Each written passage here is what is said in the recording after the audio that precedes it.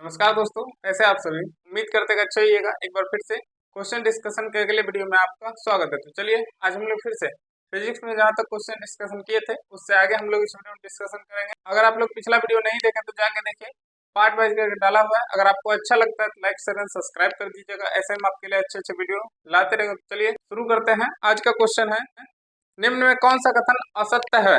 अब देखिए, पहला ऑप्शन है जी का मान ऊंचाई के साथ परिवर्तित होता है। तो देखिए, छोटा जी की बात कर रहा है तो जी की बात करें तो जी का मान ऊंचाई या गहराई में जाने पर घटता है। जी का मान जो होता है ऊंचाई या गहराई में जाने पर घटता है। और पहला ऑप्शन था कि जी का मान ऊंचाई के साथ परिवर्तित होता है। सही बात है, परिवर्तित होता है यानी घटता है। अब देखिए, हमसे पूछ रहा था कि कौन सा कथन असत्य है। अब देखिए, पहला ऑप्शन सत्य है तो यह आंसर होगा नहीं। अब देखिए, बी ऑप्शन है कि जी का मान गिरती हुई वस्तु के द्रव्यमान पर निर्भर करता है। तो जी की बात करें तो जी बराबर होता है जीएम बट्टे आर स्क्वायर, यानी जीएम बट्टे आर स्क्वायर। जहां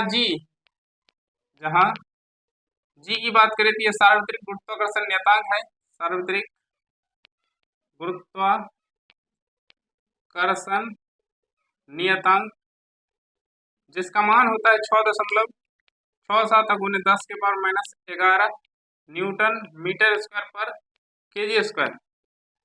और एम की बात करें तो एम पृथ्वी का द्रव्यमान है, और आर की बात करें तो ये पृथ्वी की त्रिज्या। अब देखिए, हमसे कह रहा था कि जी का मान गिरती हुई वस्तु के द्रव्यमान पर निर्भर करता है। अब देखिए, इसमें देखना है कि आपको इसमें जो होगा उस पर निर्भर करेगा, जो नहीं होगा उस पर निर्भर नहीं करेगा। तो कह रहा है कि जी का मान गिरती हुई वस्तु के द्रव्यमान पर निर्भर करता है। तो देखिए, जी का मान गिरती हुई वस्तु के द्रव्यमान पर नहीं, पृथ्वी के द्रव्यमान पर निर्भर करता है। इसका मतलब ये क्या है, गलत है। और हमसे पूछ रहा था निम्नलिखित में कौन सा कथन असत्य है, तो इसका आंसर क्या होगा, ऑप्शन बी। अब देखिए, सी ऑप्शन है कि जी का मान पृथ्वी के द्रव्यमान पर निर्भर करता है। तो जी का मान पृथ्वी के द्रव्यमान पर निर्भर करता है, ये सही है। डी ऑप्शन है कि पृथ्वी के गहराई में जाने पर जी के मान में परिवर्तन होता है। तो जी का मान जो होता है ऊंचाई या गहराई में जाने पर परिवर्तन होता है यानी घटता है। इसका मतलब ये भी सही है। तो इसका आंसर क्या होगा, ऑप्शन बी, जो कि क्या है, गलत है। अगला क्वेश्चन है कि जी यानी गुरुत्वाकर्षण का मान आर त्रिज्या के मान के अनुसार बदलता है। किसी छात्र को जी का मान कहाँ न्यूनतम प्राप्त होगा।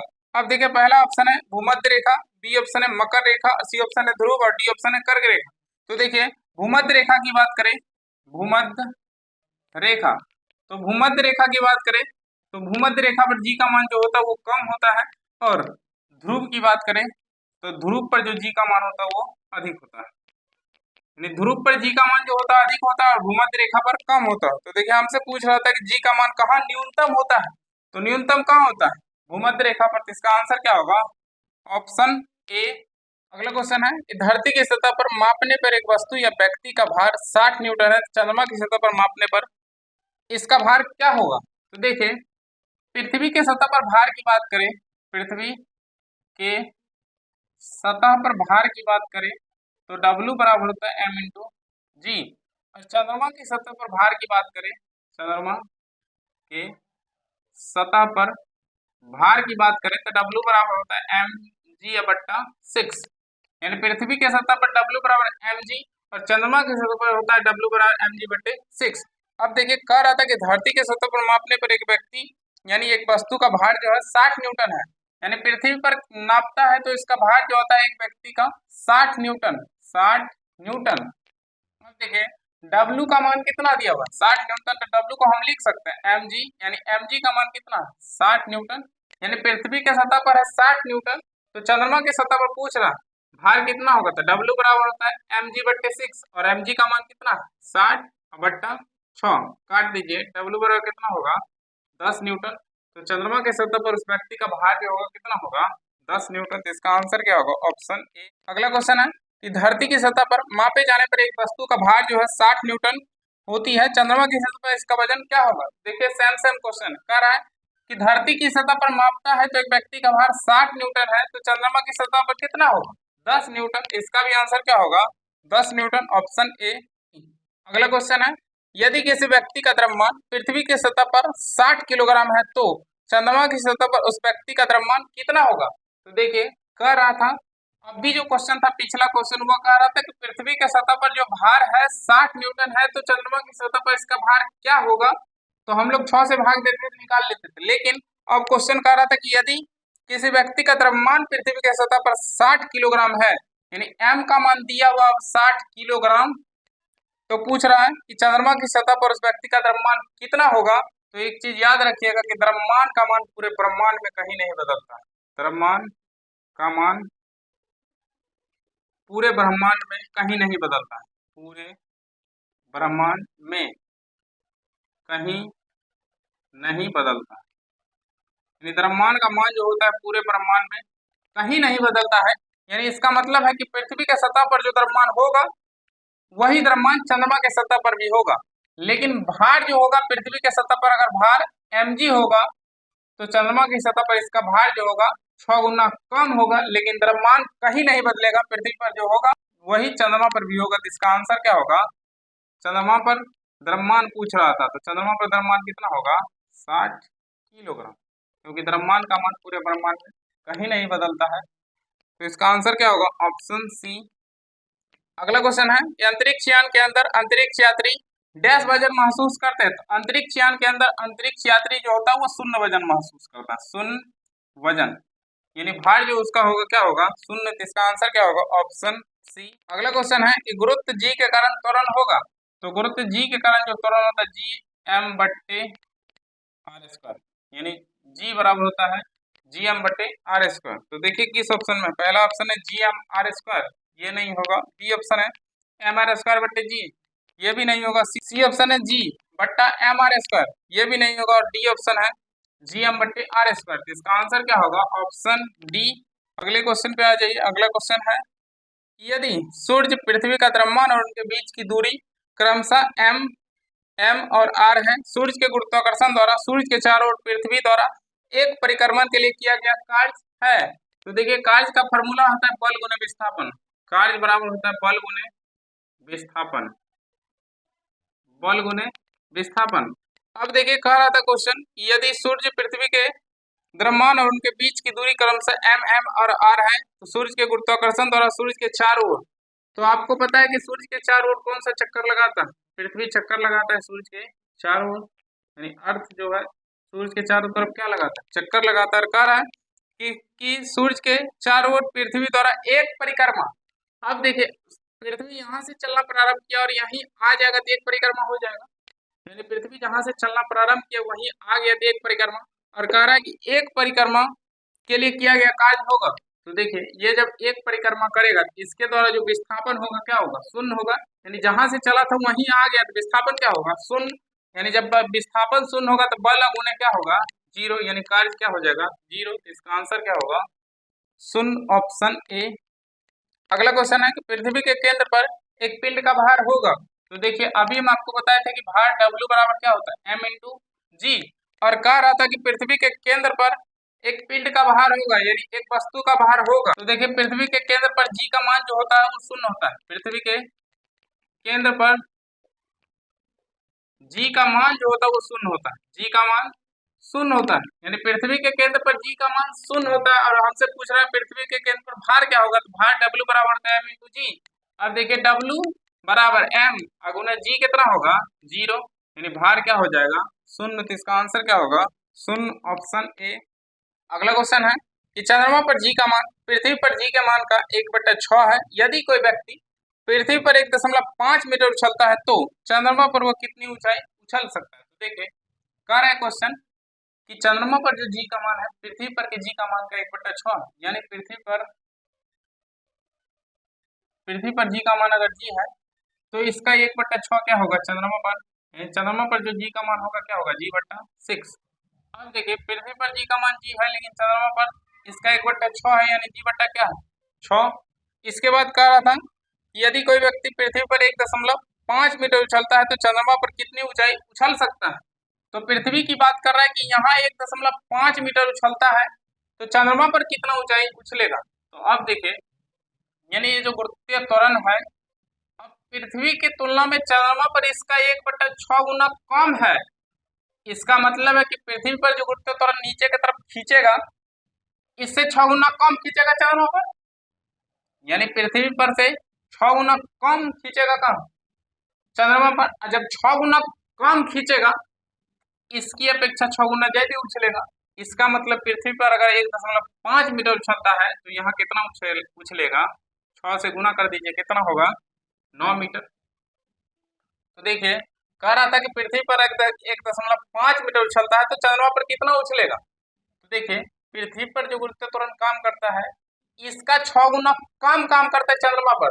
और जब 6 गुना कम काम करेगा तो नीचे की तरफ 6 गुना कम खींचेगा, और जब 6 गुना नीचे की तरफ कम खींचेगा तो 6 गुना ज्यादा उछलेगा। और जब 6 गुना ज्यादा उछलेगा तो पृथ्वी पर 1.5, तो इसका 6 गुना ज्यादा कितना होगा, 9 मीटर। यानी 1.5 को 6 से गुना कीजिए तो कितना होगा, 9 मीटर। चंद्रमा पर कितना उछलेगा, 9 मीटर। तो इसका आंसर क्या होगा, ऑप्शन बी। अगला क्वेश्चन है, पृथ्वी के सतह पर गुरुत्वाकर्षण के कारण त्वरण डैश के अनुपातिक होता है।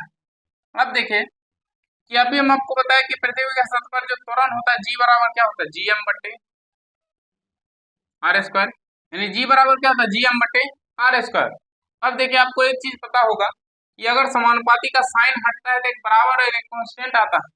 समानुपाती का साइन हटता है तब, अब हमको समानुपाती का साइन यहाँ लाना है, तो समानुपाती का साइन अगर यहाँ लाएंगे तो यहाँ से एक कांस्टेंट को हटाना पड़ेगा, और क्या हटाना पड़ेगा, बराबर। अब देखिए ये जी जो है यही कांस्टेंट है और इसका मान होता है 6.67 गुने 10⁻⁻11 न्यूटन मीटर स्क्वायर पर केजी स्क्वायर। अब देखिए इसको यहाँ से हटा दीजिए तो जी, इस कांस्टेंट, ये कांस्टेंट हटेगा तो इसके साथ ये बराबर भी हटेगा, और क्या आएगा, समानुपाती का साइन आएगा। तो अब ये समानुपाती का साइन आएगा, जी क्या होगा, एम बड़ा एम बट्टे आर स्क्वायर, यानी जी एम बट्टे क्या होगा, आर स्क्वायर। तो कह रहा था कि गुरुत्वाकर्षण के कारण जो त्वरण होगा जी किसके अनुपातिक होगा, तो एम बट्टे आर स्क्वायर के। तो इसका आंसर क्या होगा, जी समानुपाती एम बट्टे आर स्क्वायर। तो देखिए किस ऑप्शन में है, पहले ऑप्शन में एम बट्टे आर स्क्वायर। तो इसका आंसर क्या होगा, ऑप्शन ए। अगला क्वेश्चन है कि मान लें कि एक काल्पनिक ग्रह है जिसका द्रव्यमान पृथ्वी के आधे के बराबर और त्रिज्या 1/3 के बराबर है। यदि पृथ्वी की सतह पर गुरुत्वाकर्षण के कारण त्वरण जी है तो उस ग्रह पर गुरुत्वाकर्षण के कारण त्वरण कितना होगा। तो देखिए कह रहा है कि पृथ्वी के सतह पर गुरुत्व त्वरण जो है जी है, और जी बराबर होता है जी एम बट्टे आर स्क्वायर। ये पृथ्वी के सतह पर है और हमसे पूछ रहा है कि ग्रह पर गुरुत्वाकर्षण के कारण त्वरण कितना होगा। ग्रह पर पूछ रहा है तो ग्रह की त्वरण जो जी डैश मान लीजिए, और कह रहा था क्वेश्चन में कि एक काल्पनिक ग्रह जिसका द्रव्यमान पृथ्वी के आधे के बराबर, त्रिज्या 1/3 के बराबर है। अब देखिए इस ग्रह का जो द्रव्यमान है पृथ्वी के आधे और इसका त्रिज्या 1/3 के बराबर है। तो देखिए जी और इसका जो द्रव्यमान है इसके आधे के बराबर है, एम बट्टा क्या होगा, 2, और इसकी त्रिज्या पृथ्वी की त्रिज्या के किसके बराबर है, 1/3 के बराबर है। तो आर बट्टे क्या होगा, 3, और स्क्वायर है तो स्क्वायर कर दीजिए। अब इसको सॉल्व कीजिए, जी डैश बराबर क्या होगा, एम बट्टा क्या, 2, और बट्टा आर स्क्वायर और बट्टा क्या होगा, 9। अब देखिए ये मूल बट्टा के ऊपर बट्टा और ये मूल बट्टा के नीचे बट्टा, तो जब मूल बट्टा के ऊपर बट्टा रहता है तो ये नीचे आता है और ये नीचे वाला बट्टा ऊपर जाता है। तो जी डैश बराबर क्या होगा, 9 बट्टा 2 गुना जी एम बट्टा क्या होगा, आर स्क्वायर। अब देखिए जी डैश बराबर क्या होगा, 9/2 जी एम बटे आर स्क्वायर। अब देखिए जी एम बटे आर स्क्वायर को हम ये लिख सकते हैं जी, यानी जी एम बटे आर स्क्वायर को क्या लिख सकते हैं, जी। तो यहाँ से जी डैश बराबर क्या होगा, 9/2 जी। तो इसका आंसर क्या होगा, अब देखिए किस ऑप्शन में है, 9/2 जी, ऑप्शन बी में। अगला क्वेश्चन है कि मान ले एक काल्पनिक ग्रह जिसका द्रव्यमान और त्रिज्या दोनों पृथ्वी के आधे के बराबर है। यदि पृथ्वी के सतह पर गुरुत्वाकर्षण के कारण त्वरण जी है तो उस ग्रह का गुरुत्वाकर्षण के कारण त्वरण होगा। तो पृथ्वी के सतह पर गुरुत्वाकर्षण के कारण त्वरण जो है जी है, और जी बराबर होता है जी एम बटे आर स्क्वायर। उसके बाद कह रहा था कि ग्रह पर गुरुत्वाकर्षण के कारण त्वरण कितना होगा। तो ग्रह के गुरुत्वाकर्षण के कारण त्वरण को जी डैश मान लीजिए, और कह रहा था कि जिसका द्रव्यमान और त्रिज्या पृथ्वी के आधे के बराबर है, यानी इस ये जो ग्रह का जो द्रव्यमान होगा उसका जो द्रव्यमान होगा पृथ्वी के द्रव्यमान के आधे और त्रिज्या भी उसके आधे के बराबर है।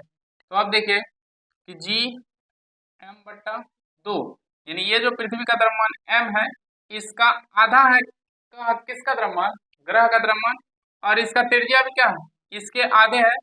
तो आर बट्टा 2 आधा कर दीजिए, स्क्वायर कर दीजिए, इसको सॉल्व कर दीजिए, जी डैश बराबर क्या होगा जी एम बट्टे 2 और बट्टा आर स्क्वायर बट्टा कितना होगा 4। अब ये 2 से 2 बार हम काट दीजिए। अब इसको सॉल्व कीजिए, मूल बट्टा के नीचे बट्टा ये क्या हो जाएगा ऊपर जाएगा। अब देखिए जब ये ऊपर जाएगा तो जी डैश बराबर क्या होगा 2 गुना जी एम बट्टा आर स्क्वायर।